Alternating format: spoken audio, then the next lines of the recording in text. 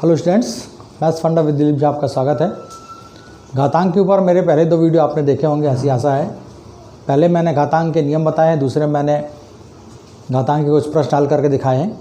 आज हम घातांक के नियम के बारे में पढ़ेंगे और घातांक में एक और जो बात आती है आपके अध्याय में या समझने में कि परमेय घातांक के प्रश्न हम हल करेंगे। परमेय घातांक का मतलब क्या है और घातांक का क्या मतलब है, इसका हम स्पष्ट करेंगे यहाँ पर। चूँकि बहुत से विद्यार्थियों का कन्फ्यूज़न रहता है कि परमेय घातांक मतलब सवाल कठिन हो गया, जबकि ऐसा नहीं है। यहाँ मैंने एक एग्जांपल लिया है, देखिए आप यहाँ पर x घात 5 में घात पूर्णांक है। घात क्या है? पूर्णांक है। और एक और लिया x घात 3/5। यहाँ घात क्या है? में घात परमेय है। मतलब एक मैंने x घात 5 लिया जैसे पूर्णांक घात है। आप जानते हैं x घात 5 और x घात 4 का गुणा होगा तो x घात 5 धन 4 बराबर क्या हो जाएगा? 9 हो जाएगा। लेकिन x घात 3/5 है और इसके साथ x घात 4/5 हो तो क्या होगा? यदि घात यहाँ पर परमेय है तो क्या अंतर पड़ेगा? यहाँ स्पष्ट कर दूं कि जो घातांक के पहले वीडियो आपने देखा है, जो घातांक के पूरे नियम है उस नियमों के अंतर्गत ही हम सारे करेंगे। 7 नियम है उसके अंतर्गत ही होगा। घात का आधार समान पर जोड़ना है, भाग होने पर घटना है, घात को घात हो तो गुणा होना चाहिए, ऋणात्मक घात को धनात्मक कैसे बनाए जाएंगे, शून्य घात यदि हो तो उसको हम कैसे हल करेंगे, इन सारी चीज़ों को हमको यहाँ पर समझना है। तो सबसे पहली बात तो आप स्पष्ट कर लीजिए अपने दिमाग में कि घातांक यदि परमेय घात हो तो भी घातांक के जो नियम थे उन्हीं नियमों के आधार पर हम प्रश्नों को हल करेंगे। यहाँ हमने लिखा भी है घातांक के सभी नियम परमेय घात के लिए सत्य हैं। माने घातांक के जो भी नियम आपने पढ़े हैं, एक ही घात m गुणित एक ही घात n बराबर एक ही घात m प्लस n, एक ही घात m भागित एक ही घात n बराबर एक ही घात m माइनस n, या बटे है तो m माइनस n, और इन सभी नियमों पर हम उसको उपयोग करते हुए इनको हल करेंगे। तो एग्जाम्पल यहाँ देखिए, जैसे हमने 8 की घात लिया 5/3। 8 घात क्या है? 5/3। तो इसके पहले मैंने घातांक के प्रश्न हल कर बताया आपको किसी संख्या को हल करने के लिए हमको उसको गुणनखंड भी करना पड़ता है।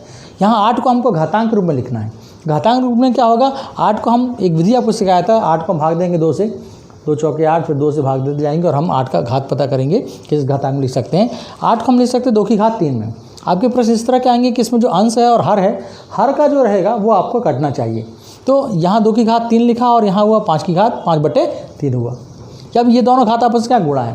मैंने पहले नियम में अपने कहा था एक ही घात m गुणित एक ही घात n यदि है, एक ही घात m की घात n है तो m और n का गुणा हो जाएगा। वैसे यहाँ पर 2 की घात 3 और 5/3 में इन दोनों का गुणा हो जाएगा घातों का। 2 की घात 3 गुणित 5/3। आपको यहाँ पर देखना, यदि ये ऐसा समान दिख रहा है, लिखते समय भी आप समान लिख रहे हैं तो भी आपको ध्यान रखना है ये अंश है और ये कहाँ हर में है।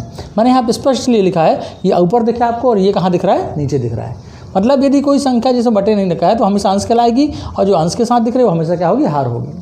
लिखते समय ऐसा होता है कि हम इसको समान रूप में लिख देते हैं, लेकिन यहाँ गुणा ऐसा होगा 3 गुणित 5/3। 3 और 3 कट जाएगा, यहाँ पर क्या बचेगा? यहाँ पर 2 की घात 5। एक और प्रश्न देखिए, 27 की घात 2/3 है। तो 27 को हमको लिखना है घात के रूप में। 27 को घात में लिखेंगे, 27 का भाग देंगे गुणनखंड विधि से हम, और 3 की घात 3 लिख सकते हैं। अब 3 की घात 3 और 2/3 यहाँ पर इसकी जो घात है, इसका मतलब हुआ घातांकों का गुणा होगा। मतलब 3 की घात 3 गुणित 2/3 हो जाएगा। यहाँ पर 3 और 3 पुनः कट जाएंगे और 3 की घात क्या बचेगा? 2 बचेगा। ये एक सिंपल तरीका हुआ। यहाँ स्पष्ट है कि हमने घातांक के ऊपर जो घात है, घात की जो घात होती है उसका गुणा होता है, उसका हमने उपयोग किया है।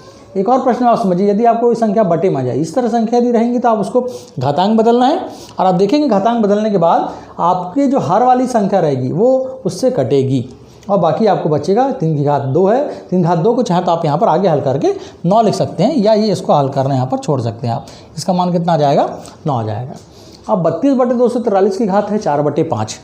यहाँ अंश भी है, हर भी है। सबसे पहले तो आपको लिखना है कि 32 और 243 को घात में लिखना है, जो आपने अलग अलग प्रश्नों को हल करने में देखा है। 32 का हम वैसे भाग बनाएंगे, आपको दिखाया जैसे मैंने 2 का भाग चला जाएगा, 2 बार 16, फिर 8, इस तरह करके लास्ट में क्या आएगा?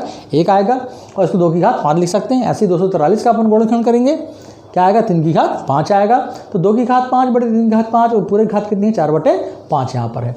अब इसको हम मैंने जैसे बताया था कि यदि a की घात या a/b की घात यदि m है तो a की घात m/b की घात m हो जाएगा। यदि अलग अलग संख्याओं में भाग हो रहा है और घात 1 है तो घात को वितरित किया जा सकता है।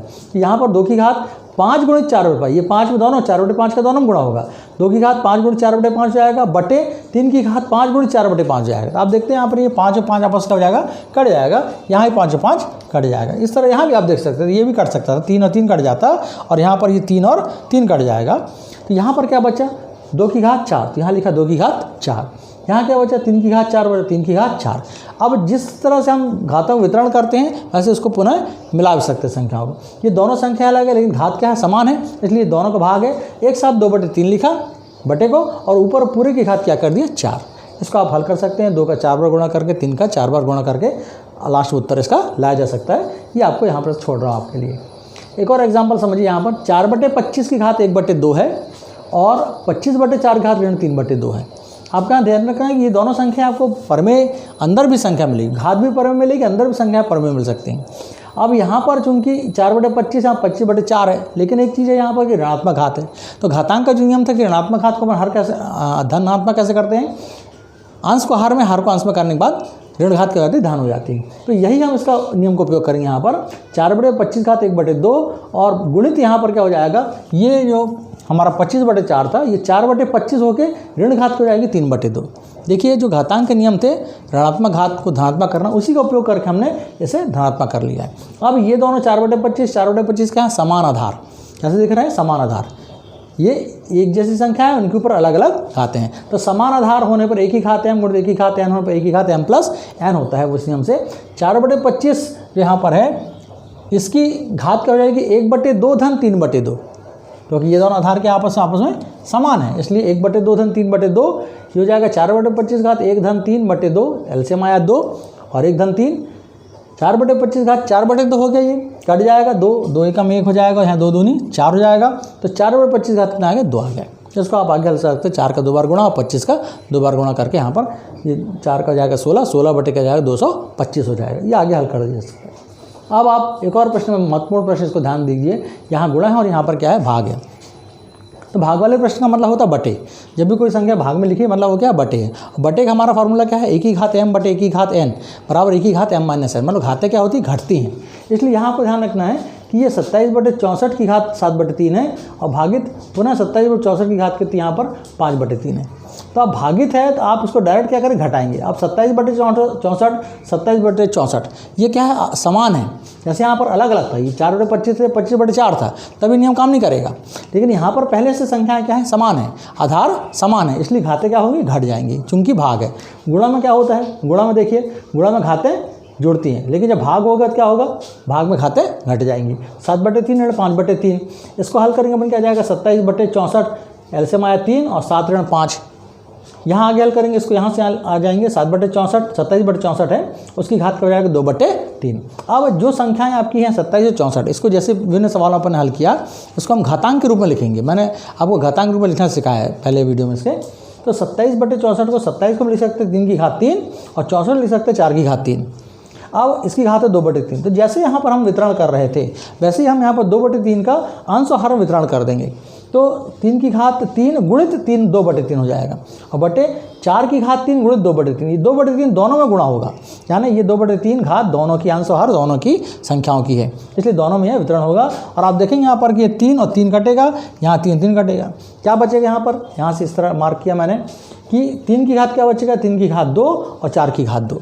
आप चाहें तो इसको अलग अलग कर सकते हैं, या 3/4 की घात पूरे की घात 2 लिख सकते हैं, या 3 × 3 और बटे 4 × 4 लिखेंगे, 3 × 3 9, 9/16 प्राप्त होगा। इन सारे सवालों में मैंने ये स्पष्ट किया है कि जो घातांक आपको दिख रहे हैं, ये बड़ी बड़ी संख्याएं दिखती है यदि, इससे आपको भ्रमित नहीं होना है और उनको ये देखना है कि इनका आधार समान है क्या।